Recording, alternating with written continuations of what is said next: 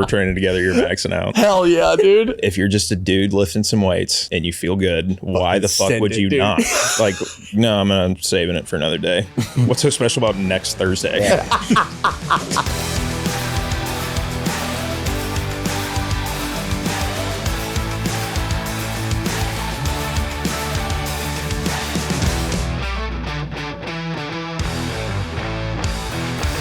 Welcome to the Coachemup podcast. I'm Tim Riley. I'm joined as always with Zach Zillner. Welcome, welcome. And we are super pumped to have Dylan Cooper on the show. Dude, happy to have you. I'm pumped. Yeah, we were talking before I just pressed record about how doing Zoom podcasts It's the worst. are the fucking worst, dude.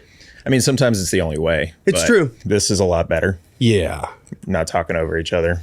100%. And it's like, you know, I use the example of like, I've been on podcasts where it's like, it's just Zoom and it's like, you're like trying to listen to something that's like really interesting, but it's like either breaking up or glitching, or you hear someone's dog's like toenails smacking around on the hardwood floor behind them or whatever. Oh, sorry, Fluffy, stop. Yeah. Or they start barking, Dad, or it's like, done yet? Yeah. Or the kids. It's always the kids. Yeah. Motherfucker podcast. hitting mute to throw beer cans at the kids. Get the fuck out of here. All right, Dylan. I know who you are. I've been creeping on your Instagram page lately.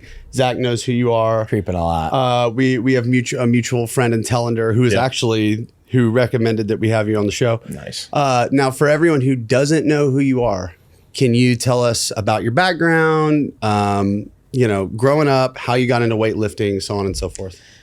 Yeah, so I've been lifting weights for 13 years or something like that. I started back in 2012, one of those. How old are you? 27. Okay.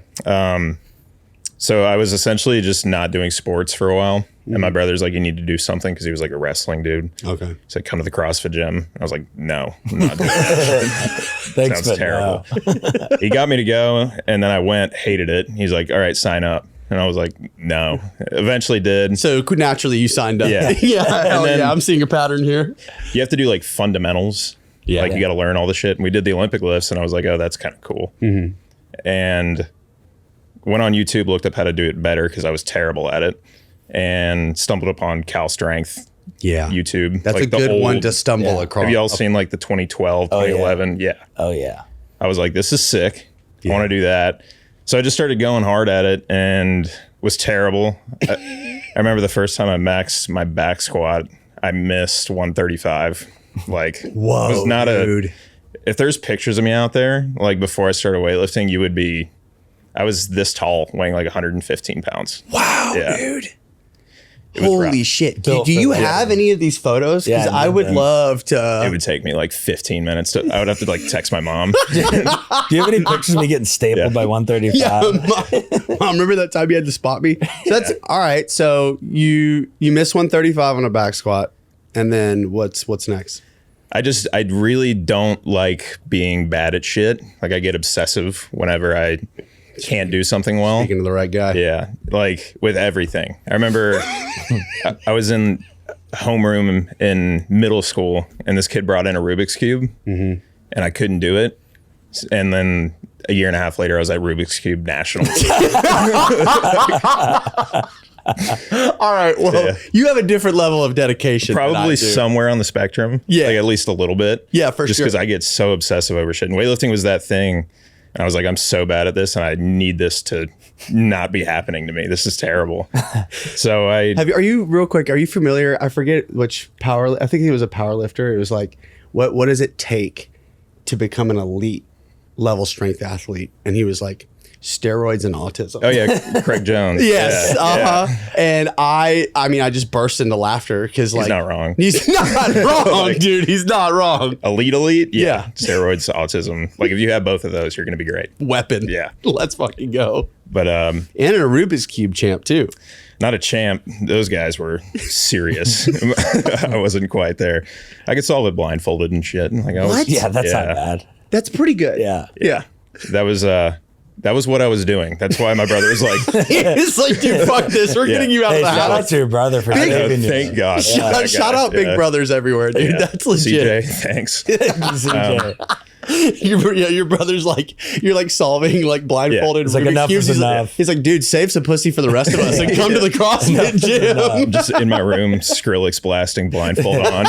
Just Honestly, that sounds something kinda needed sweet, to change. Yep. But yeah, I just obsessed over it for a long time, and then joined Mash Elite, Travis Mash. Had a team out in North Carolina, was there for 2 years, transitioned to California Strength. Ended up competing internationally 5 times, won junior nationals twice, and then Whoa, dude.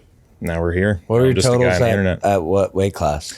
So my best in comp total ever, it was at a local meet, but I still consider it in competition. It was 340 kilos, 152 snatch, 188 clean and jerk as a 96. Jeez. Yeah. Dude. That was my best meet ever.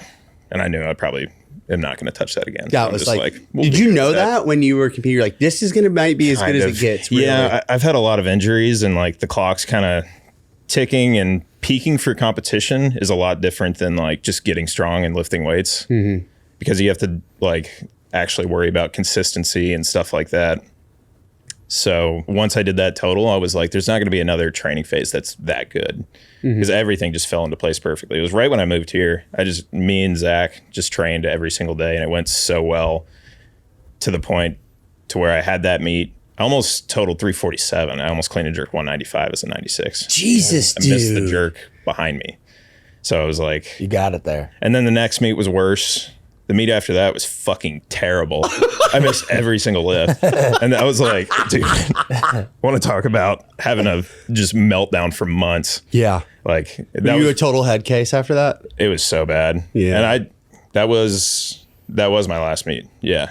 I didn't go back after that. Just because I was like, it was when I started to build my business. I had all the I gained probably 80,000 followers from the previous meet to that meet. So it was the first meet where like people were kind of paying attention, and I was doing the program that I was selling. Yes. Like the dog pack. Yeah. And I was doing pretty good. I was in good shape, but I was like, if I don't have a good meet, like I am fucked. Right. Like and that just consumed me. I could not handle it. So I just went out there, missed every lift.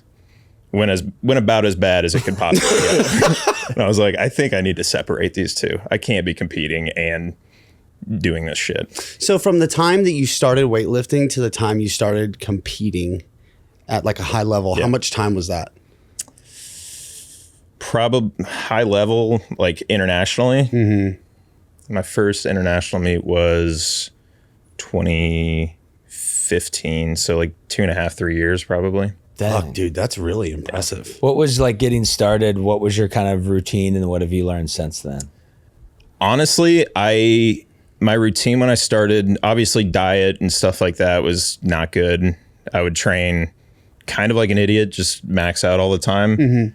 But that like ignorance towards training and just not knowing what I was doing is something I definitely wish I could get back. Yeah. Because like I know too much now. Like Yeah. I know when things are going wrong, and it just snowballs into bad training. Back then I would get pissed off because I'm having a bad session. I wouldn't be like, did I sleep like shit? Did I eat like shit? I'd be like, no, Right. I'm a pussy. I suck. What am I like? I wish I could get that back. Yeah. And now I like try to force myself to have that attitude, because I made great progress. I was doing everything wrong and I was still making great progress just because I was so aggressive with myself. I was so hard on myself. Yeah. I wasn't forgiving. It's like, oh, you had a bad night of sleep, get over it. It was like, no, fucking make this lift. Yeah. So you can keep making progress. You make this lift Yeah. or you fucking suck. Literally. Yeah. That's what it was. Yeah, negative self-talk. People works. hate on it, but It it does works. work actually. I'm a great. big fan. Yeah. I'm not even kidding. Yeah, I'm not a big like, you can do it, Zach. I'm like, nobody thinks you can do it. Probably can't. Yeah, You're literally. losing. You know what? You Yeah. probably can't. This is a direct reflection of you if you can't get This is lift. why your dad left. So you bring up something that has been an experience of my own and something that I've noticed across the board, where obviously there are levels to training and programming in terms of, creating a structure that puts an athlete in a position to be as successful as possible. Those things usually pale in comparison to obsession and effort. Yeah. Yes. I'm interested in, so it's so freeing to just be ignorant, actually. Yeah. God, it's really, ignorance is truly bliss. I remember just going to like my local YMCA and just smacking my chest for 30 plus sets. Yep. And I was having so much fun, and I actually looked pretty good. Yeah, was I very strong? Negative, but No, but matter. but I didn't care about that fun. then either. Can you talk about like, the transition from all effort, not necessarily the best technique, just being obsessed, to now still obsessed, Yeah. but having a little more structure, and then like, how did training shift for you? So it was kind of this big swing. Like I was training like an idiot. I was with a lot of people that also had that same mentality. There was a guy that I was training with where his motto was literally train stupid. And we would max out 4 days a week. Holy shit. And then like max How long did squats. that work for you though? Long time. Yeah. When you're Like- young, I feel like you could do that all the time. It was like 4 years. It worked great. Whoa. Yeah. Because part of it's like the technical aspect of doing a 1RM, like it's a skill in Yeah. itself, and you're essentially practicing that same skill. Actually, you've got a over and post over and about over. technique and strength I want to get into Yeah. later. So just side note, that's the ADHD marker. I had to Yeah, put that out. type it down. Yeah, here we go. Actually, I already have it typed. Okay, keep going. Yeah, it was that. And then I got around a different group of people to where they started bringing up all this stuff that I'd never even thought of. Like the coach was focusing on my technique, which I was like, Yeah. this is crazy. I've never done this before. It was that diet. I was being told how to eat, Yeah. being told how important sleep is. And all of a sudden I was like, I'm not going to be able to lift very well unless I do this stuff. It wasn't like my brain didn't go to imagine the kind of athlete you're going to be once you do all this stuff. It was like, imagine what's going to happen if I don't do this shit. Got it. So it wasn't, I don't think it was great for me. I mean, that knowledge was good, but what it did to my brain wasn't. Yep. So I had to find a way to balance it out a little bit and just still be like a savage along with doing things right. And I don't think I've really done that well until probably after my last meet, which kind of sucks. Yeah. I wish I could still just be an unknown and have all this knowledge, because now I can get in shape so fast. I like know how to do it. Yeah. But there's a balance. Yeah. You have to strike up. You have to be an animal that doesn't care about. You have to have OCD and be a perfectionist and also not give a shit when you can't be those things. Yeah. It's really tough. God damn. Good luck. Yeah, it's a tough needle to thread. Yeah. Yeah. exactly- Well, okay. So like to your point, what you just said, like knowing when to be those things and when not to be those things, but like that unhealthy kind of relationship with it is actually what like gets people to nationals, right? Or like, you know what I mean? Yes. Yeah. And then it's like how long can you endure the suffering of that? Actually, that level of, and I mean, I'm speaking about, I haven't competed at the national level, at least Yeah. not as an adult in anything. So can you talk about like what it's like operating and living in that space where like kind of like every lift matters and every training session matters and Yeah. every meal matters? I think you're going to do a lot better when you have nothing to lose. Yeah. I remember I moved out to California and I was like, if I am not training well, I'm not going to get paid and I'm not going to be able to live out here. So it was just constant stress. When I trained at MASH Elite, my rent was like $200 a month. Like we lived a mile away from the gym. I filled up my gas tank once a month. Ate Wow. fucking Tombstone pizzas every night. Like God. didn't give a shit. Whoa, dude. Yeah. You just took me back. TBT. I haven't had a Tombstone in a minute. What's for dinner? Throw the tombstone in. Shout out Tombstone Pizzas, dude. Yeah, so good. I'm gonna have one tonight. But like that mentality of just having nothing to lose was definitely, it was easier to handle weightlifting. Like you didn't, like there was no pressure behind anything. You just go to the gym because you want to go to the gym. And then once you're getting paid, you have to commute from Oakland all the way down to San Ramon, which is like a 30-minute drive full of traffic every day. You got to pay California gas prices. You got to do all these things. And if you can't do all these things and lift well, like you're fucked. You're not gonna be able to pay rent. And when I was out there, I was like living in a garage, driving. Like I remember leaving the gym, about to start my 45-minute commute back home. The gas light's on. I have $3.50 in my checking account. God. I go put in all of my money. Gaslight's still fucking on. It's like, it was that like every day. So I never really had this like perfect situation Yeah. where I could like lift because I wanted to and be in a situation where there was no pressure. Right. So You were in a pressure cooker all the time. yeah. And I can't think of anything that's worse for progress than just stress and pressure and just outside influences kind of creeping in. If you can just stay in a space to where you're lifting because you want to, or you're just doing whatever you're doing because you want to, and like it's not going to be the end of the world if it doesn't go well, then you're really going to see yourself make progress. When you started prioritizing technique and when you started working with a coach and those things shifted, it sounds like it did take you from like this place of like where it was a little bit like you were having more fun, it sounds like. Yeah. Without those things. But you did get better when you dialed those things in, yes or no?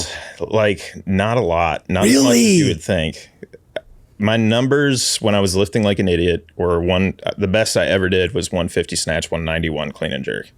And then 2 years of Can you put that in pounds for our mostly American lifters? Yeah, 330 pound snatch and a 420 pound clean and jerk. Those are my numbers training. Pretty like good. That's not bad. Pretty good. Not bad. like a dumbass. And then And what did you weigh in pounds? when I did those, I weighed 220.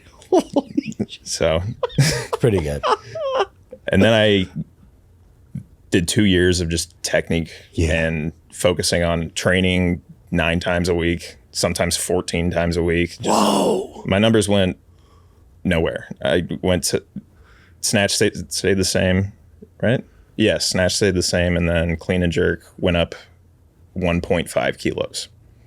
So almost brutal, yeah. dude. What That's does a week brutal. look like with like 14 training sessions a week? Like, I want to know like day in the life. So you wake up, you drive your 45 minutes. Yeah.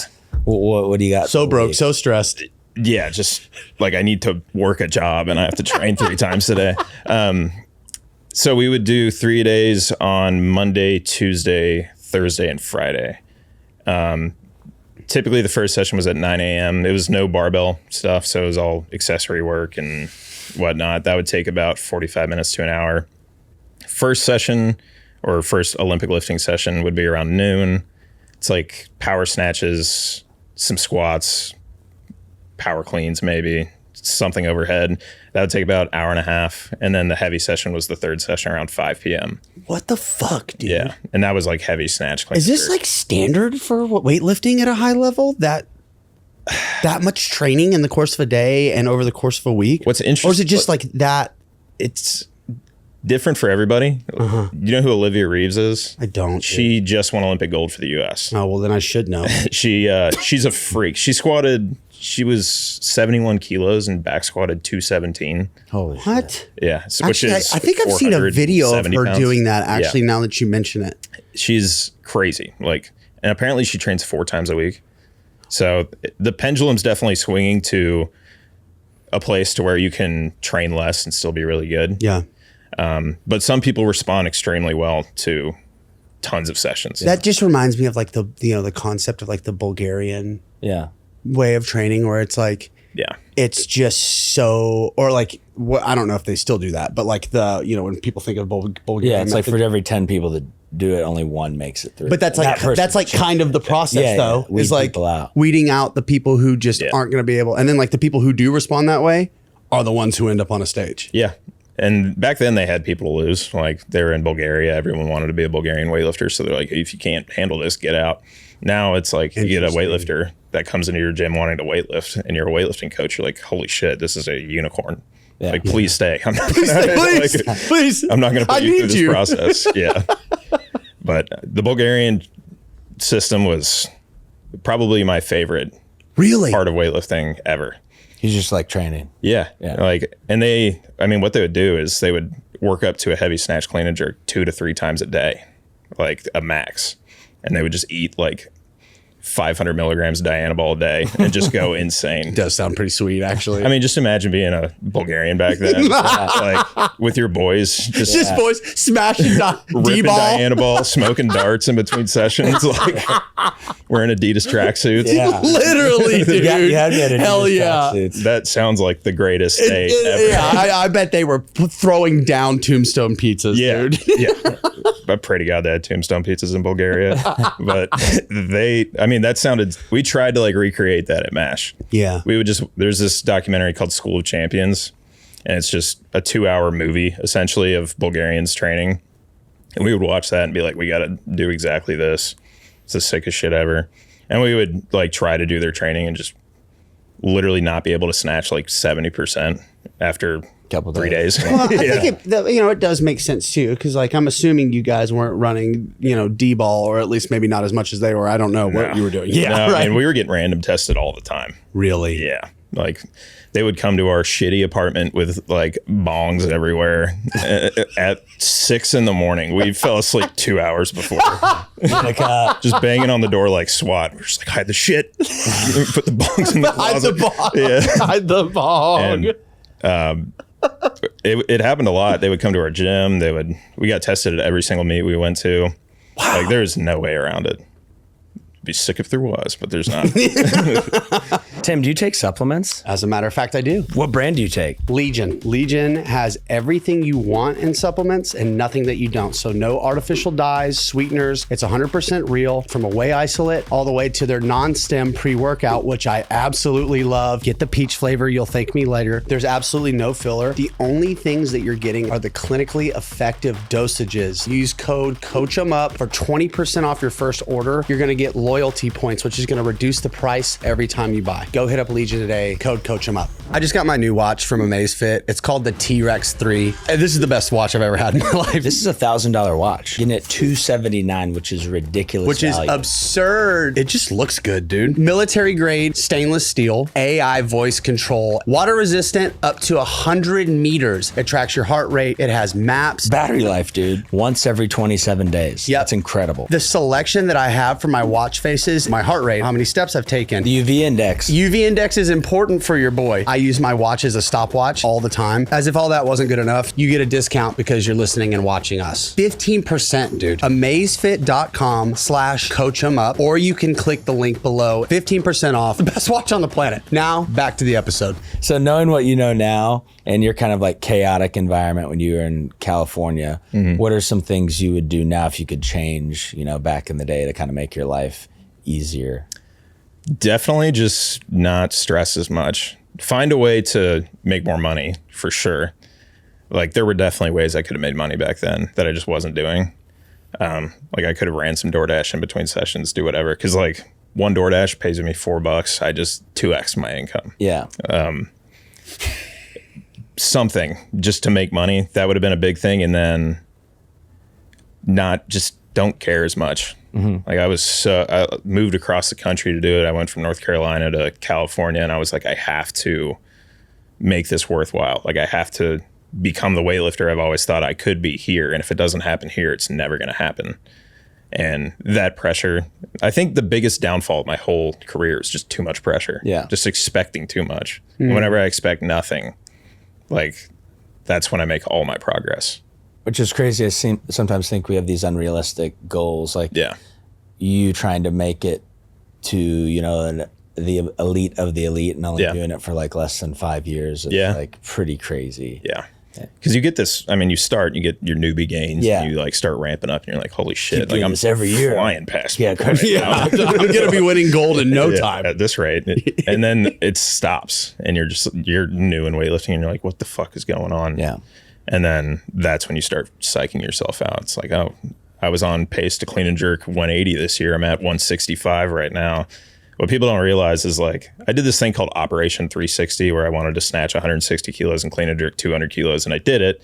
And then a lot of the comments are like, just keep going, Operation 380. I'm like, to get from 250 kilos to 360, that leap is the same as getting from 360 to 380. People don't understand that. Well, people forget at that high of a level, like 1 kilo in a year is a lot. It's great. Yeah. There's some weightlifters that get to a certain level and just stay there. Yeah. Like they're going to all the meets. They can do everything they want to do. Like at that point, it's being able to maintain where they're at and not get hurt, which is the hardest part.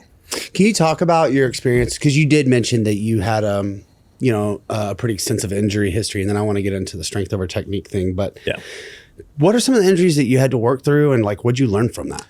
I've gotten hurt a lot. I fractured my wrist 3 times. I tore my hamstring. I've torn my quad. I've herniated my L5 S1. Just classic. Yeah. that fucking thing. Apparently it's an L6S1. I got images done. I have an extra vertebrae. Tight. Whoa, dude. That's why you're such a good weightlifter. That's right, dude. We got a freak of nature in the torso. building with us, dude. Yeah, built different, but Literally. Built different, actually, dude. yeah, I got extra parts. But I think with injuries, it's a tough thing to navigate, because if you're weightlifting and you're not working a job, you're only weightlifting, you're an athlete, that's where your identity is. Then once you get hurt, you like lose yourself. You're like, what the hell who am I? So it's the best thing I've done to deal with injuries is just become obsessive of something that doesn't bother that injury. Like like when I tore my quad, I got extremely good at pull-ups. And I was like, this is just what I'll do. And while I was rehabbing my quad, pull-ups was my weightlifting for a while. Which sounds so dumb, but I was just like... when I tore my Achilles, that was the lift I pull-ups did the most, because I didn't have to set anything up. Yeah. You know, if you have one leg, it's impossible to set anything up, or at least a huge pain in the ass. So I was like, I'm just going to get really good at pull-ups. Yeah. And then I got back into things once my quad started to heal, and I was like, jerks and everything are fucking easy right now. Yeah. My overhead stability is insane because I was just blasting pull-ups. So, I mean... I was able to do like a 120 pound weighted pull up and like did over 20 strict unbroken and stuff like that. I was just like dialed. I would structure my training and stuff. I would like make sure I took rest days and all that. But same thing with my hamstring, just did what I could. And then I think the back injury was the bad one because I hurt my back. I was in Georgia, the country, for world championships. My last heavy day on my last heavy lift, I tweaked my back like bad. Fuck, dude. And like I caught a jerk, my core kind of released and I like arched back and felt a little pop, and then I like just dropped the bar, walked around, and my just like needles went down my legs. And I was like, shit. I just went and laid on my stomach for a while and just waited for it to calm down. And it calmed down a little bit. And then I talked to the doctors and I was like, I'm gonna compete. Yeah. Like I just flew across the world. I'm not going to not compete. Almost bombed out snatch, made my last one. And then I was like walking sideways off the platform and they're like, we're not letting you clean and jerk. They're like, you're 19 years old. You have a lot of time left. Let's not get hurt right now. Yeah. I was like, fuck you. And I just started warming up by myself. And it was like the most painful shit I've ever done. And then after that one sucked. Because with a back injury, it's like, what are you going to do? Yeah. There's nothing you can do. You can do core work for a long time. Right. Bird dogs. Yeah. So many. I don't ever do. I got really good at bird dogs. I can't remember the last time. I just made core work. bird dogs my thing. Yeah. You know? Do bird dogs for 4 hours. So then what got you into coaching? I honestly like coaching a lot. I like putting together a system that breeds progress and gives people results that they've been looking for, that they've been trying to find and can't get. When I'm the person that can provide that, it like feels really good. Yeah. I almost like doing that more than hitting my own PRs. But I have to hit PRs now, otherwise people don't listen to what you have to say. But I did remote coaching for a while. I wanted to do it when I was at Cal Strength, but I was under their umbrella, so I couldn't. Left, started a little business with a friend of mine. Did okay, had like 15 clients for a while, and that was enough to survive. And then I moved home to North Carolina and was like, I really want to do this thing. And ended up at one point having like 80 online clients. Wow. Were these like one-on-one clients, or is this just more like a subscription-based sort of thing? So now it's subscription-based. Back then I had 80 in the one-on-ones. Whoa. And that was... Holy smoke. Holy fuck, dude. You were on calls all the time, weren't you? It was all on True Coach. So Got it. I would purposefully be like, we can't do calls that often because it is what it is. I'm going to be on my phone all the time. Right. I'm not going to be so detached from reality. So I remember how terrible that was for my mental health. Brutal. How many hours a week were you working just programming for people? I didn't keep track, but it was a lot. I would wake up, first thing I would do is open my laptop. Fuck. It would stay open until about 11 p.m. Yeah, it's brutal. And the only time I would go to the gym was just to get some content done and then go back. And like, I remember trying to do real life things in the midst of all that, like trying to hang out with friends and stuff. And I just like couldn't do it. I was like, my brain was completely somewhere else. I was like, this has got to change.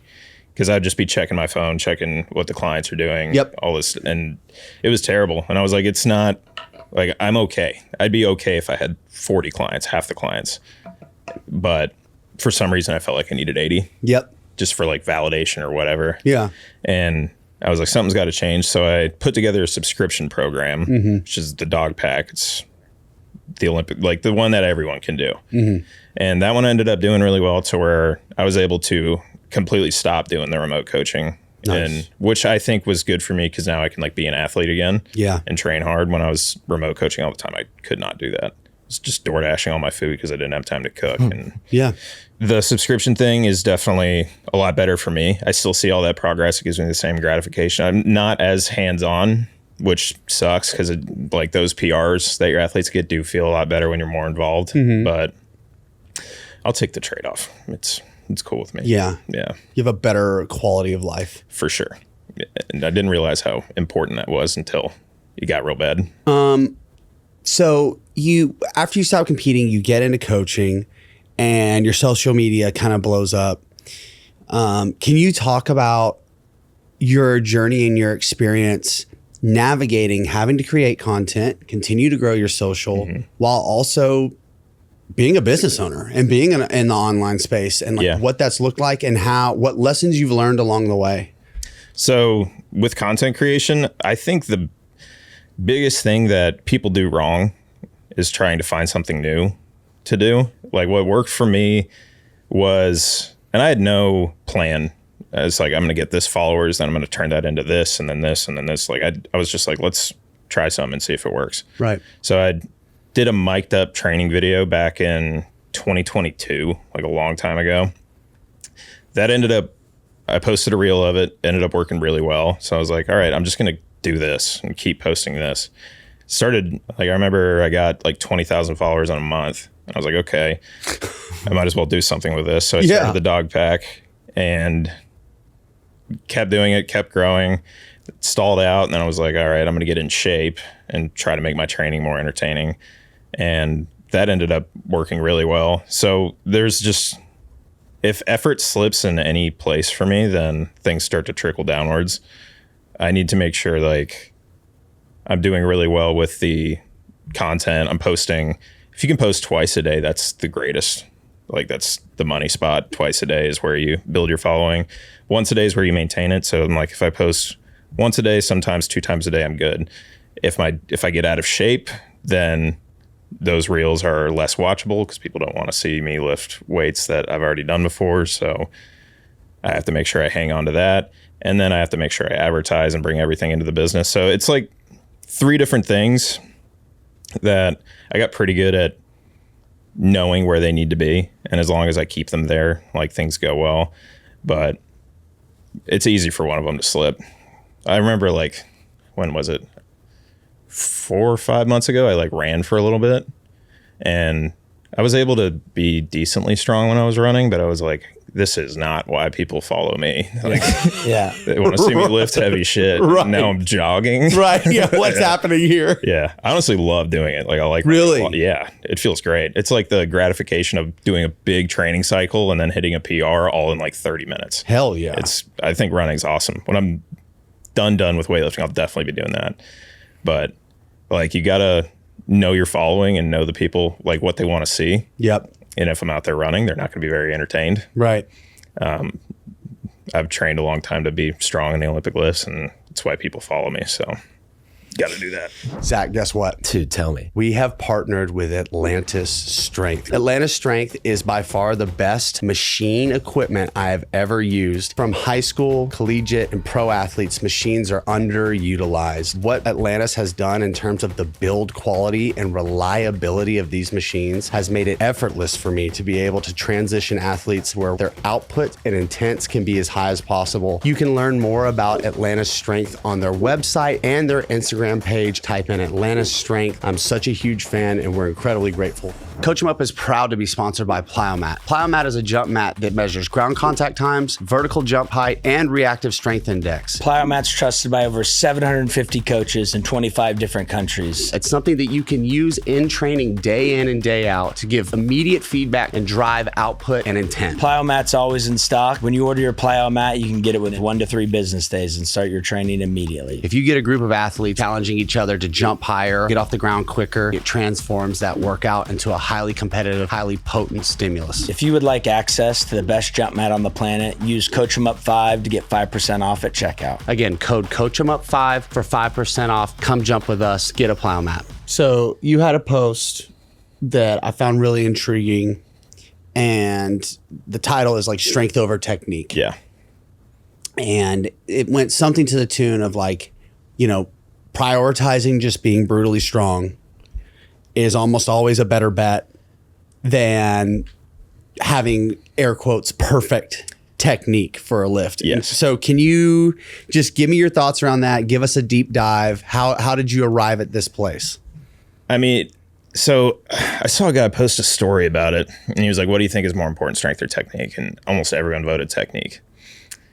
Where would you be if you had picture perfect technique, like the best technique ever, with the worst strength ever? Right. Versus if you had the most insane level of strength with absolute dog shit technique. Absolute dog shit technique guy is destroying perfect technique guy in that equation. And there is a baseline. Like, I posted the post and people in the comments were like, oh my God, Mom.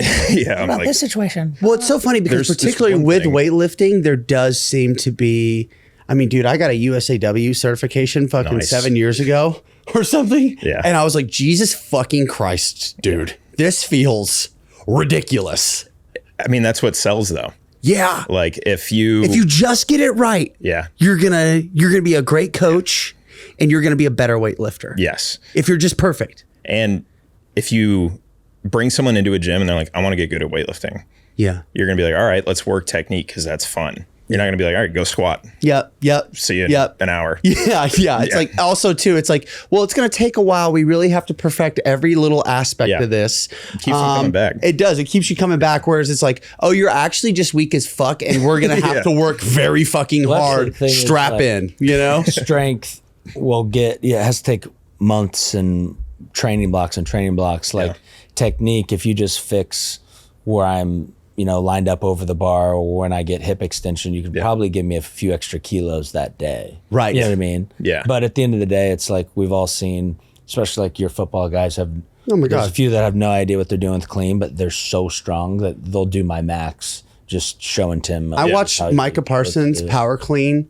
315 for 3 reps after not working out for a very long time. It was hideous. Yeah. Starfish. He didn't even catch it in the full rack position, which by the way is more impressive. He caught it like this. Yeah. You know what I'm saying? Just wrists straight up and down, elbows pointing at the floor. Yeah. And then he threw the bar on the ground and did it 2 more times. And I stood there and I was like, yeah, that'll work. Yeah. That's good enough He's for not what we're doing practicing here. Power cleans. He's just strong. He's strong as fuck. And across the course of weightlifting, almost everyone that's been extremely good is extremely strong. Yeah. Like fucked up levels of strength.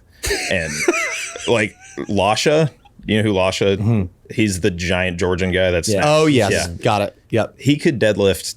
I guarantee you, if he maxed his deadlift, he would be close to 1,000 pounds. Wow. Like, that's not an exaggeration. And like snatches 495 pounds as a result of that. Like, there's outliers for sure. Right. But when you try to use outliers to battle against a majority, it's silly. Yeah. There's always outliers. But most of the time, the best people in weightlifting are always the strongest. Like Olivia Reeves, like we talked about earlier, squatted 217. She's the first Olympic gold medalist in weightlifting in 20 years.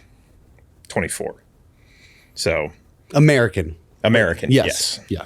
So, I mean, everything you need to believe in that is right there in front of you. A lot of people don't want to believe it. I think purely because getting strong sucks. Yeah. takes time. It's the worst process It's ever. really hard to do. And Once your beginner gains are out of the way, it fucking hurts. You're going to be in, your low back's probably going to bother you. Yeah. You're going to have aches, pains, tweaks, torn fucking hamstrings and quad. Yeah. I mean, potentially, It sucks, but that's how you get good. Like, Yeah. you have to be okay with going to the gym and being like, I'm not even going to do the lifts today. I'm just going to squat. And I'm going to burn my legs out. I'm going to rest 2 days or however long I need. Then I'm going to do it again and again and again until, like, I'm where I want to be strength wise. And you'll be surprised how much strength you can gain in a pretty quick period of time if you're doing everything right. Like if you just chain yourself to a squat rack, you eat a shitload of food, you're okay with gaining a little weight. Like these are things that can really expedite progress that people are scared to do. They want to stay the same weight. They want perfect technique. They want all this stuff. But if you just kind of push that shit to the side and be like, let's see what I'm capable of, just go crazy on some strength, and like, it's wild how fast everything comes together. I'm going to ask you a low IQ question, but I just like this kind of shit. If there's one lift. Squat. This is low IQ. Nice. One exercise for the rest of your life. What? Squat. Squat. How many? All right. So let's say, all right, I'm actually not. Let's just, this is a case study. Okay. Let's say I'm a decent weightlifter. I've has a mustache, red hair. I mean, yep. Just devastatingly handsome. But I'm lapping up against what I'm capable of doing at current moment. And I'm recognizing my strength is the thing that's keeping me from getting to where I want to be. My technique's fucking perfect. Okay? Flawless. Oh, this flawless. Elite. Yeah. That guy did sound a lot like me until that point, though, right? How long do I need to prioritize my strength training? Generally speaking. How frequently am I squatting? Like, what does that look like in your experience? I'd give it just 2 months, squatting 3 times a week and making sure that you are actually squatting. Yeah. Like Can you go explain that more? What do you mean when you say actually squatting? So there's a difference between like just doing around 70% for, say, around 20 total reps. And then there's actually squatting, which is, for me, that's working up to some sort of rep max, doing drop sets that are as hard, if not harder than the rep max, doing some accessories after that, and then needing a couple days of rest. Yeah. Like the first week, you should need about 2 days of rest in between your workouts, and then it'll go down to 1 when you adapt. But you should be fucking yourself up. That's how strength is created. You don't, if you stay comfortable the whole time and you're just like cruising through, you're not going to get strong. You have to do some like fucked up shit to get strong. Yeah. So how would you structure that week? So it's like, let's just say Monday. Now we're selfish because I'm like, all right, here we go. Monday, Wednesday, Friday. Do you do a like first day's moderate, then I got a high day, then a more volume day, or like how do you structure that up? If you want to get strong, listen very closely to the answers Dylan is going to be giving us here. So typically, the intensity is always going to be around the same for me, but that intensity is going to just change because of the rep ranges. So like every set should be equally hard, just in a different way. Yeah. So I would say throughout a week, if you're doing 3 workouts, first one should be higher rep. Like for me on my squat program, the first day is a 10 rep max. Then there's 2 drop sets after that. And then there's some accessories after that, like Bulgarian split squats and whatnot. Yep. That should fuck you up for a little bit, like 3 days. Yeah. It's not going to be a fun What 3 I'm days. getting at when you say intensity, when you do a set of 10, it's the heaviest set of 10 you can do. When you do I wouldn't say sets the of 3, heaviest. It's around there, around there. 90%. Yeah. Yeah. Well, I think a lot of people, when you'd say set of 10, they're like, oh, I can go light today because it's set of 10. But it should be lighter than your set of 3, but the same intensity level. Like the last rep on both sets should look about the same. Okay. Yep. Then the second day would work up to like a 5 rep max pause squat. Oof. Again, being about as difficult as the 10 rep max from the day before. Drop sets, 3 drop sets on that, 3x5 should all be about as hard as the top set. And then accessories after that. And then the final day, I do a bunch of volume building up to kind of a heavier single. Not like a 1 rep max. If you do a 1 rep max too early in a squat cycle, you're going to completely throw the cycle away. But it'll be probably 4 sets of 5, 2 sets of 3, 2 sets of 2, all the way up to a single, and then all your accessories after that. And then you do that for 8 weeks. I mean, obviously it's going to taper down and stuff. The volume's going to drop. But if you do something like that for 8 weeks, you're going to be really fucking strong by the end of it. Yep. And you have to actually recover too. I think that's the biggest issue.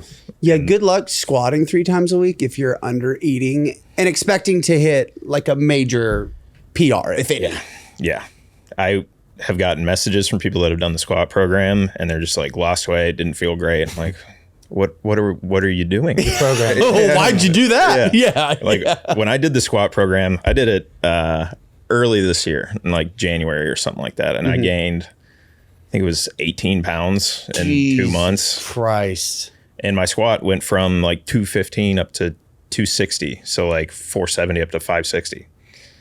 God damn. Like those are the things you have to kind of be okay with if you want to be a freak and like get really, really strong. If you have reservations against those things, then it's a trade-off. You're probably not going to make insane progress unless you blast gear.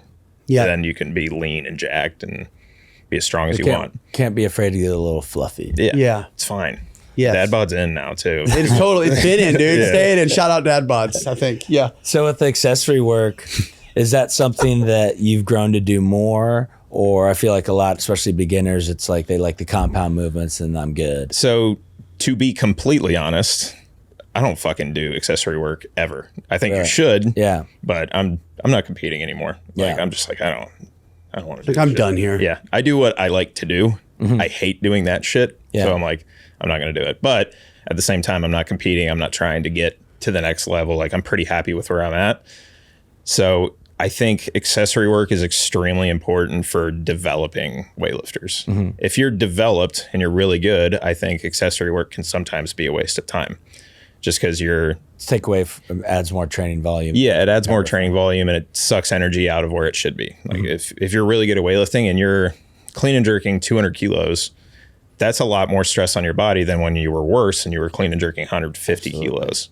So if you do that 200 kilos and you do the same accessory work you were doing back then, the overall load is way worse. It opens up room for injury and all this terrible shit. But if you're in that like developmental stage where you're still making progress, say you're adding 1 or 2 kilos to your total a month and like you're trickling or you're trending upwards, then I think accessory work is great and you should be doing a lot of it. How much unilateral work do you guys do? Not enough. Yeah. I think unilateral, especially just lower body unilateral, Bulgarian split squats, lunges, things of that nature are like the champions of injury prevention. Like if you are really strong on one leg, you're probably not going to get hurt that much. Yeah. That's just how it works. Once you develop an imbalance, you never do anything to fix it. That's where injuries come from in weightlifting. Weightlifting is perfectly symmetrical most of the time, except for the split jerk. But if you get a lower body injury in the split jerk, something crazy happened. It's not like you didn't do your accessory work. It's like your foot slipped, the bar landed on your back, and you're in the hospital for a few days. Yeah. Right. What's the most common injury for weightlifters? Is it low back stuff or shoulder stuff? I would say shoulder stuff. Yeah. Shoulder or wrist. Wrist makes a lot of sense. Yeah. Elbows and knee in the clean. I got the shortest torso ever for a weightlifter. Short torso, long legs. So that's why I've hurt my wrist so many times. Just because I'll catch a clean and fold forward and just crack it on my knees. Well, okay. So I have he won't mind me sharing the story. Alex Bachman, he plays for the Raiders. And in college, they were doing full cleans. And the kid's a freak. Like he was probably like 195 and he's hitting like, I think 325, 335. And he catches a clean, deep, drops into it, and his elbow ran into his thigh. And like at the same moment, he caught the bar and just snapped his fucking wrist in half. Yeah. That is a gruesome injury. I've seen it happen. Brutal. Like there's such a long comeback for that. If you're an athlete, then like you can probably get back to being an athlete. But if you're a weightlifter and you need to put the most weight over your head and you just snap your forearm, like it's going to be not ideal. A year or more. Oh God. You need some titanium in there. You know what though? Because a conversation that's had regarding weightlifting, particularly like in the sports performance space is like to do them, not to do them, when they're necessary, when they're not necessary, are they necessary at all? And then there's like one of the, I guess, arguments against is that they're dangerous. Yeah. My argument against that, just playing devil's advocate, would be like, They're dangerous if you're like literally up or around the upper limits of what you're fucking humanly capable of doing. Like those examples, like I just said about Alex breaking his wrist, is such an anomaly. Yeah. It's just honestly like that's bad luck. Yeah. You know? What's funny about that is they will say that Olympic lifts are very dangerous. Mm-hmm. And then they'll have them doing like sprints on turf. Yeah. Like change direction super fast. Mm-hmm. Like the likelihood of injury doing that is statistically way higher than doing an Olympic lift. That's actually a fact. Like way higher. Like if your foot slips, the turf's not glued down properly right there. Mm-hmm. Like these things happen in the Olympic lifts. If you are a good coach and you know how to program for your athletes, then the injury should never happen with the Olympic lifts, especially in like training an athlete. Right. That's supposed to be on a field. So you just said something too. I think that there's a difference between the way you program weightlifting in the context of where it plays a role in like a field sport athlete's program. Yeah. And what it might look like for a day back with you. It's not even the same sport. Like it's not even close. Exactly. If there was a football player that came to me and was like, I want to be better at football. And I was like, all right, you're going to do my program. Mm-hmm. Like that would be suicide for him. Yeah. It would that would be the worst case scenario. He's working up to 1 rep max squats, 1 rep max cleans. Like a football player doing a 1 rep max like block clean or something like that. Like if you're a semi-smart person, you walked into a weight room and you saw football players working up to a 1 rep max block clean, you'd be like, what in the fuck is going on here? Yeah. Why are we doing this? Yeah. Like this is as dumb as it gets. But it's not even the same sport. Like football players should hardly ever work up to a 1 rep max. Yeah. Ever. They should hardly ever push past 90%. Unless they're a freak. Like you see the athletes who are just so athletic, like Saquon Barkley and Nick Chubb and those guys can. I just love watching those motherfuckers do cool stuff. It's so awesome. You see Nick Chubb, he cleaned 415 with like perfect technique. Yeah. Literally at his high school. First of all, can you imagine you're a high school football player, Nick Chubb went there. Yeah. His whole thing That's is like, a liability. He goes and trains there. He's like, I don't need any fancy trainer or nothing like that. He's coming back from an ACL injury. Yeah. And like you just got done practicing. It's time to lift weights. And Nick Chubb's like, I'm with you guys today. Yeah. I'm in y'all's rack today. That's crazy. You know? Dude, knowing me in high school, I'd be like, fuck, I was so small. Yeah. Get killed by a guy like Nick Chubb. If Nick Chubb went to my high school, I probably wouldn't be here right now. Wouldn't have played football. Yeah. You would have done the Rubik's Cube more. I would have just went straight back to the cube, dude. Like, yeah, but can this guy solve a Rubik's Cube? I don't think so. Yeah. Good luck with this Rubik's Cube, Nick. Zach, you know what my favorite clothing brand is? Tell me. It's Legends. I've been wearing it for a long time. From training to lifestyle, Legends has got you covered. So what kind of gear does Legends have? You can get shirts, shorts, underwear, socks, tops and bottoms, hoodies, hats, sweats. They've got it all. And they just dropped an entire women's line. Holy smokes. I know. Tim, the great thing about these tees, I found I'm 20% stronger rocking them when I train. Speaking of 20%, that's how much you save when you go to legends.com and enter in promo code coachemup or click the link below. The Coachemup podcast is sponsored by Squat Wedgies. Tim, what are Squat Wedgies? Squat Wedgies are an adjustable squat wedge, 7, 13, and 20 degrees. It's big enough to elevate your whole foot and not just your heel. Because it's rubber, it doesn't slide on surfaces. It's 22 pounds, so it's durable and stable enough for even your biggest athletes. There's a 90-day risk-free trial. The shipping is free and get 15% off Squat Wedgies with our discount code coachemup15. coachemup15 for 15% off of the best squat wedge on the planet. Tim and I have been talking that we think the training pendulum shift is going to go more towards, your average guy or gal when you train more like an athlete and incorporating, jumps, Olympic lifting, all that kind of stuff. Yeah. What would your biggest piece of advice for, let's say, 30 or 25 to 35-year-old guy who's been training for a decent amount of time and sees, on Tim ripping cleans and stuff, that's something that they want to get into? Find a good coach, like as fast as you can. If you go in there doing that shit by yourself, like chances are a lot is going wrong and a lot is dangerous. And just get a one-on-one session with somebody. just one time, and you'll know what's right, you'll know what's wrong, you know what you need to do. And second, just find a good program. Like if you go into that stuff blind, it's rough. It's like playing golf and never getting a lesson. Like you're going to be spraying balls everywhere, emptying your bank account on Pro V1s, and you're not know what's going wrong when it could be glaringly obvious. But if you go into Olympic weightlifting blind, you want to do the lifts, even like hang power clean, stuff like that. If you don't have some sort of guidance, then you're just wasting a lot of time and you're opening up a lot of room for injury, which is like pay $100, get a one-on-one. Yeah. I agree. I think like learning, we were talking about USAW.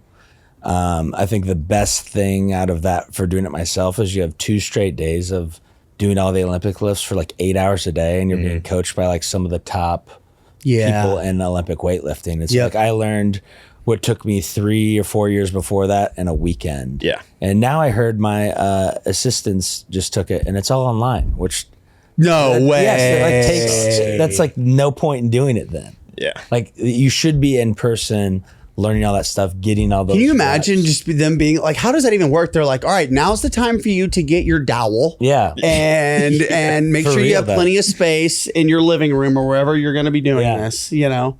Interesting. Yeah. But I guess if you can find an in-person USAW or a coach, like to your point, like it'll save you so much time than even just watching YouTube. Like you can figure it out that way. But I think if you have someone like yourself who's next to you that's like, tweak that, fix that, move that, like it's easy. Even like the amount of time you're going to waste on YouTube because there's so much fucking information out there. Absolutely. It's true. And a lot of it's wrong. Yeah.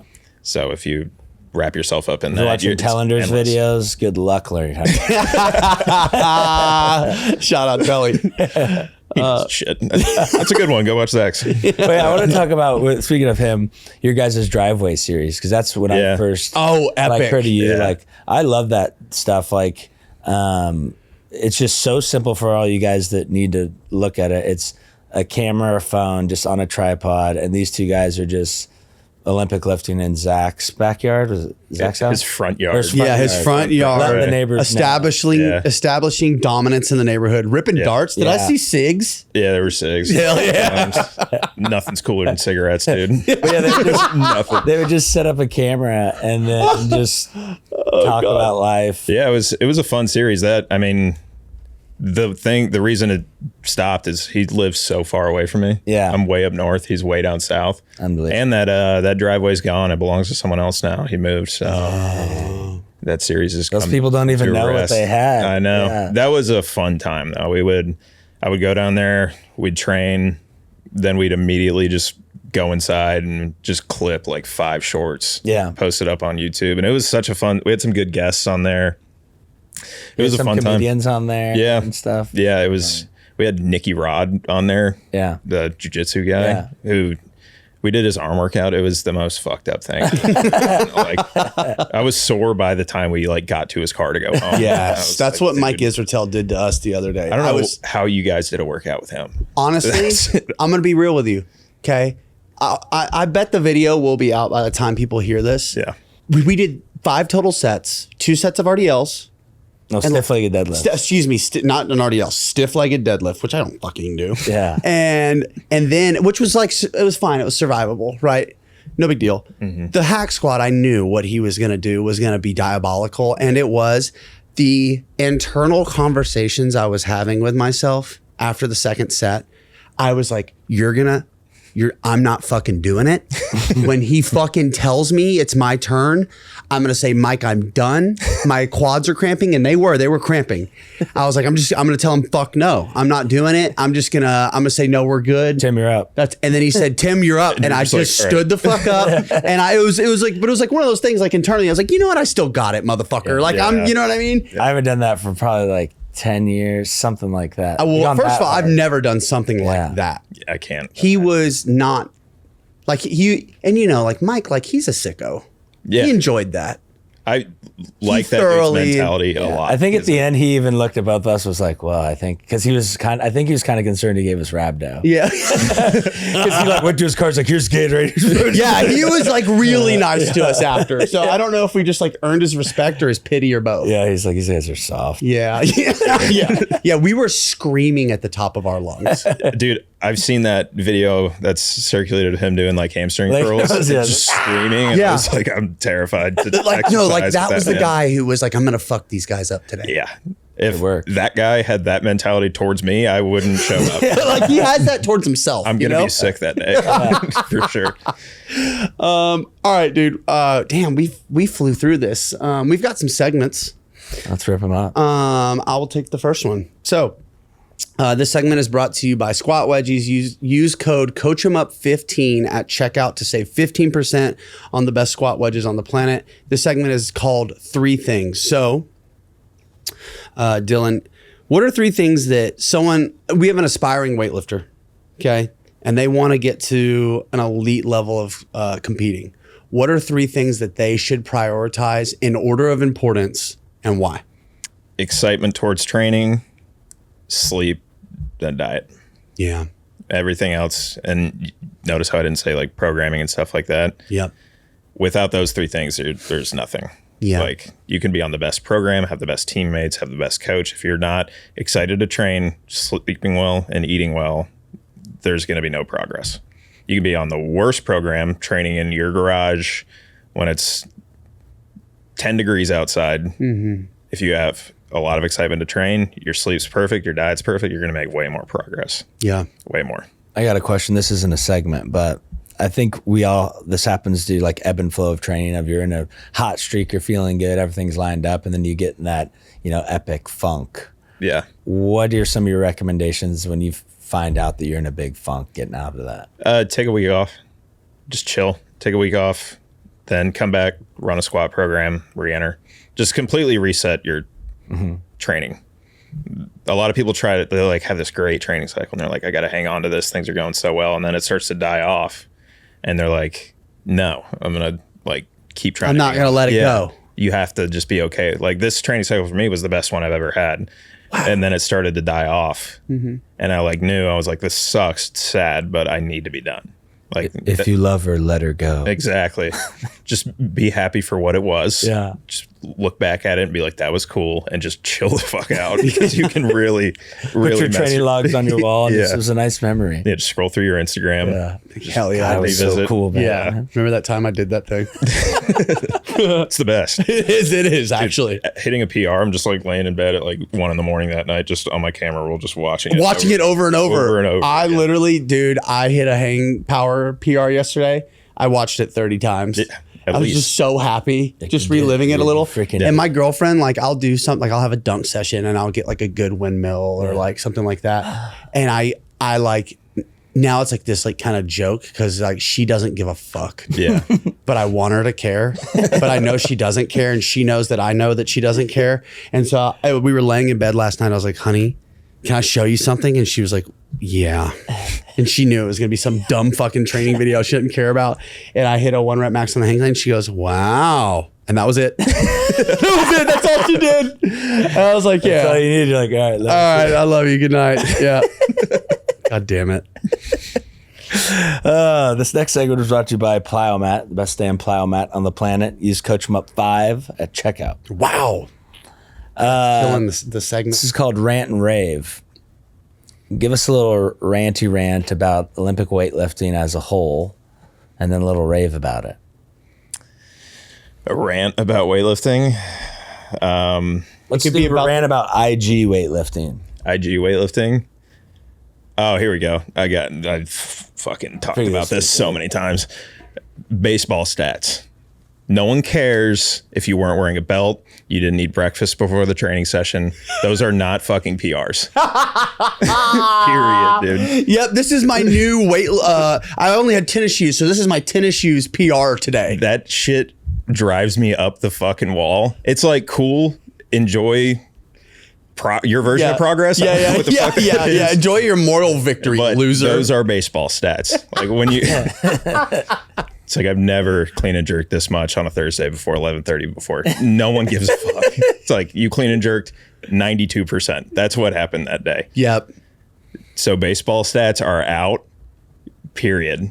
Like I used to do it too. I would post, be like, 180 clean and jerk on some tired legs. And I'm like, why did I say on some tired legs? It doesn't matter. I'm training. My legs are always tired. Dude, check this out. Look, on tired legs. And look at my legs were so tired, you can tell. Yeah. It's like, do you even know what I did the day before this? It's insane.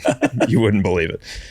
Baseball stats are my biggest pet peeve in all of weightlifting. Just be okay with what you did. Yeah. You don't have to butter it up, make it cool. It's like you just did something.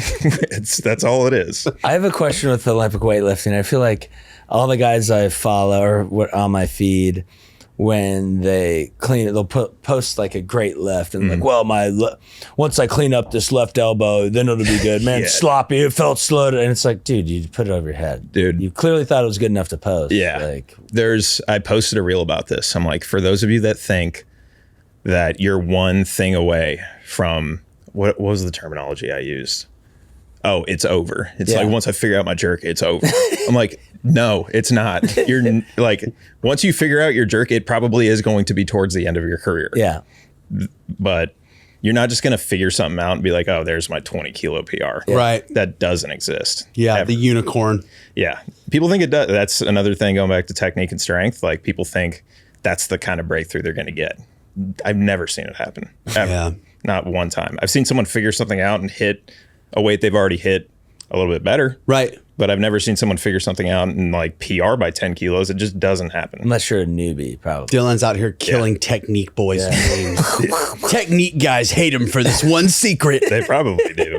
I mean, technique's cool. Doesn't matter. Well, it's so funny too, because there's a whole, we're going to get on, now we're all ranting. So we're, this is, group rant. Yeah, group rant. Hell yeah. Fuck yeah. But there is like this side of social media, very large, where entire brands and businesses are built on the pretense that if you just get it right, you're going to get the thing you want. If you just do it right, and it's such a sweet promise because it is alluring. Yeah. It does sound good, doesn't it? Yeah. I mean, that's kind of what's going on in this city with the cutting board bros, where they, like, if you don't stop drinking tap water, grass-fed everything, you're going to feel amazing. Yeah. And then, like, it's like, no, you're just still depressed. Yeah, it's like, no, this is an idea. Journal more, man. This is a thing you can go to people and say, hey, I do this and you don't. I'm sick. Yeah. Like the cutting board bros in Austin, just, that was something that I like got into a little bit when I moved down here. I was like, maybe if I stop eating seed oils, I'm going to level up. And I just ended up spending way too much money on food, and I still felt like shit. You know, why is no one on Instagram like, drink more water? Yeah. Drinking more water will do so much more than cutting out seed oils. It's insane. It's like, hey, you spent $25 on like non-GMO avocado oil spray. True story. But you're dehydrated, or like you're still hungover. You know, you drank 20 beers Saturday. Like literally, that and nose beers, and it's like seen the people on those Instagram videos out on 6th Street at like 1 a.m. Yeah. I'm never gonna say names, but I'm just like, what are you doing here, dude? You just called me a piece of shit on Instagram for eating wings. You're doing ketamine outside of a bar.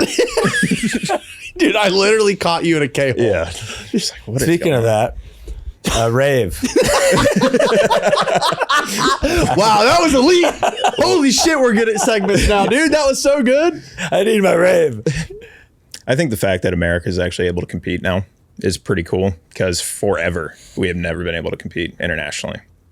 And we just had a girl win the Olympics, which is insane. Yeah. Do you guys know the whole drug ordeal that goes on with weightlifting?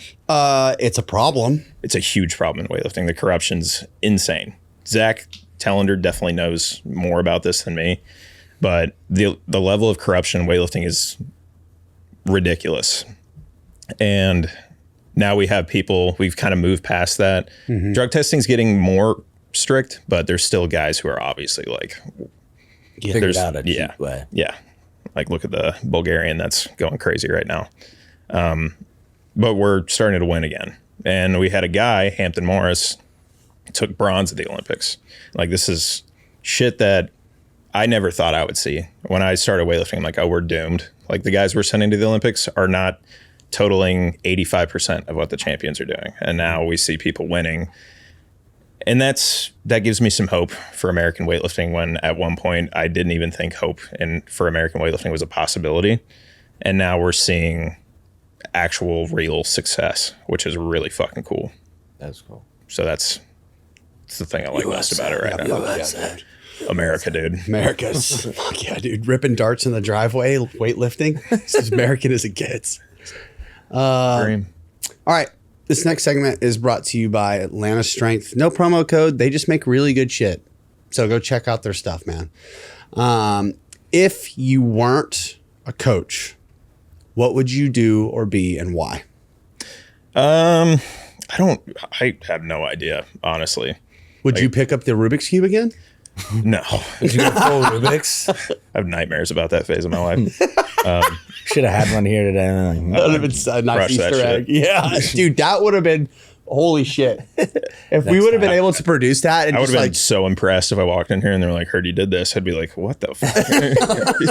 You guys are telling me stuff I forgot about. I don't know, because I've never done anything else. Like I've delivered exercise equipment. I worked at Hollister. hell yeah. So you'd be the GM of Hollister. Thank God I'm a coach, dude. No hate to the general managers of Hollister, but I honestly don't know. Like, if I were to, probably, I like watches, something in that industry. Mm-hmm. Like, but Have a monocle and look at watches. Yeah. That'd be kind of cool. I would, but I can't imagine doing anything else. Mm-hmm. It's kind of scary to think about almost. Yeah. I'm like, shit, where would I be if I wasn't a coach? I can appreciate someone who just, though, in yourself, where it's like, no, this is who I am and it's what I do. I mean, it's all I've done. I've done it for more than half of my life now. So, Wow. Fuck yeah. that's all I got. Yeah, we're just going to be a coach. Yeah. And if that doesn't work out, it doesn't work out. Doesn't work out. Be on the streets. Yeah. I'll do what I got Or to at live. Hollister. Our next segment is by Amazfit. Use coachemup. You can get sick watch. Badass rings. watch. Yeah, we dropped. We were the number 2 people selling watches. Now we're number 4. We're number So 4 in we the gotta country come now. back. So you guys, we got to pump those are coming rookie back. numbers. We got to pump those numbers up. Anyways, so you're at, what's your favorite place to train in Austin? Stonehenge weightlifting. It's a pure weightlifting gym. Nothing but platforms in there. Hell yeah. It's great. So we're at Stonehenge. You came in the morning when you usually don't train. You had a busy day. It's about 10 a.m. You see a guy in the platform next to you about halfway through his workout. He's hitting some pretty decent numbers. You know, he's going over, chalking up. You lean into his ear and give him some solicited advice. What would it be? About anything? It can be about life. It can be about training. So he's having a good day. Yeah, I think it appears to you like he's kind of probably 3 or 4 years into lifting, knows kind of what he's doing, but he's having a pretty good day. Probably tell him to max out. Hell yeah, dude. Yeah, dude. Fuck yeah. I'm the worst with that, dude. People We're be on maxing their out today. program. I'm like, you're not on a program today, dude. Yeah. We're training together. You're maxing out. Hell yeah, dude. We're going off That's program the whole today. point of weightlifting. It's lifting as much as you can. The problem, so like I love lifting with the boys. It's the fucking best. Yeah. And we have the Train 'em Up series and stuff like that. And we're all going to get a lift in here Yeah. soon. I was hoping we'd be able to do it today. But the problem with that is there is rarely a time where, particularly if we're cleaning or squatting, where it does not turn into a 1 rep max. It's just not. Yeah. It's unreasonable to think that isn't going to happen. So I end up maxing out twice a month at least, Yeah. Here's my thing. which I love also. It's great. Yes. Like, if you're a serious athlete and you're training for something, don't max out. Yep. If you're just a dude lifting some weights and you feel good, why the fuck send would it, you dude. not? Like, we're weightlifters. This is what we do. Yes. Just like, no, I'm saving it for another day. What day? Chef. Yeah. What do you mean? What's so special about next Thursday? You might here choke right on your now. tuna We're here sub right pizza now, tonight. and the boys were feeling juiced. Fucking chalk up. Yeah, I think that's the biggest issue. That's one of the biggest issues with weightlifting now is everyone's just trying to be so OCD about the structure of everything. Like, if you feel good, like, get your progress while it's right in front of you. Yeah. Like, if it's there and you're like, no, I could probably do even more if I just follow the programming, then you do Maybe. that. Maybe Sometimes not. it works, and then sometimes you sleep like shit the night Yep. before, and Yep. Your girlfriend leaves you. You finish the training cycle with no PRs. Yeah. You got to do it all over again. But if you feel good and it's right there in front of you, just fucking do it. Yep. We're not, almost all of us, I don't know if there's a Olympian in the midst watching, but probably most of us are not making it there. Yeah. So let's just have some fucking fun. Get your PRs when you can. That's what I wish I would have done more of. Yeah. For sure. Hell yeah. Dude, this has been great. This has been a fucking blast. Yeah, this was a good one. We're definitely going to be training soon. Yeah. For sure. Where can people find you, get connected to you? Where can people train with you? Yeah, so I'm at Stonehenge Weightlifting Monday through Wednesday, and then Friday, Saturday. That's guys, here in Austin, Texas. Yeah. For clarification. If you guys want to come train, come train. I love training. When people follow me and they show up to the gym, it's fucking awesome. I love it. Don't think it's weird. Some people are like, oh, they won't introduce themselves till after the traiing session. I'm like, this is great. You could have maxed out. Dude, we could have gone off program. I could have been a bad influence. Yeah, what the fuck, dude? And dozer.wl on Instagram. I don't really do any other platform at all. I do YouTube a little bit. I've taken a pause from that, but dozer.wl on Instagram. Nice. And if people want to train with you virtually, what's the best way for them to do that? Dozerweightlifting.com. Okay. Go to the shop. All the programs are there. I have squat programs. My 4-week squat program literally has, I'm pretty sure we have over 1,000 PRs now on that program. Oh. It's the best program I've ever written. I haven't heard of someone that's done it and not PR'd. And it's 4 weeks long. It's 4 weeks, 12 sessions. We have to get it. I was going to say, I'm going to have to. I'm literally good. Well, because I've been focusing on speed and sprinting. I've been spending a lot of time on the track. Yeah. I haven't lost much strength at all in doing that. But we're getting to that time of year where even in Austin, Texas, it's going to get cold. Yeah. And I'm not going to be able to be at the track. And I've got to find a way to make that time as beneficial as possible. So lots of plyos and getting fucking as strong as possible. So on some weight, eat some food, and just squat something you haven't squatted yet. Yep. It's the best. That might be the way to go, dude. 12 sessions. You had me sold at that. Boom. Done. It's 12 sessions. All right, dude. Thank you for hopping in today. Thanks for having me, guys. Of course, dude. Thanks for coming by. And for everyone listening and watching, if you've made it this far, thank you. We appreciate you. Many of you are listening. Not as many of you are subscribing. Hit the fucking subscribe button because it's free to you and it helps us a shit ton. We love you and we'll see you next time. Peace.